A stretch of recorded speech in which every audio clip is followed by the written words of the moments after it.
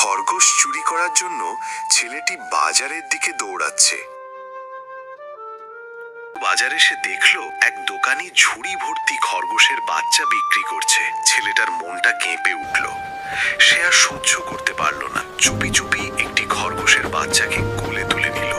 দোকানি তাড়া করলো, কিন্তু ভালোবাসার গতি কেউ থামাতে পারে না। ছেলেটা বাড়ি ফিরে এলো, ফিডারে করে খরগোশটিকে দুধ খাওয়ালো, নিজে ভাত খেলো আর খরগোশের সাথেও খাবার ভাগ করে নিল।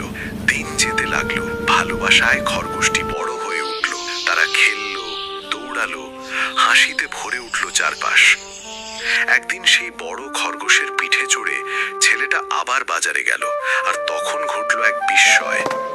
সব খরগোশের বাচ্চা তার পেছনে পেছনে ছুটে এলো। ভয়ে সেই দোকানি পালিয়ে গেল, আর ছেলেটা বুঝে গেল ভালোবাসাই সবচেয়ে বড় শক্তি। বন্ধুরা, এমন ভিডিও পেতে চ্যানেলটি সাবস্ক্রাইব করো আর বেশি বেশি লাইক কমেন্ট করো।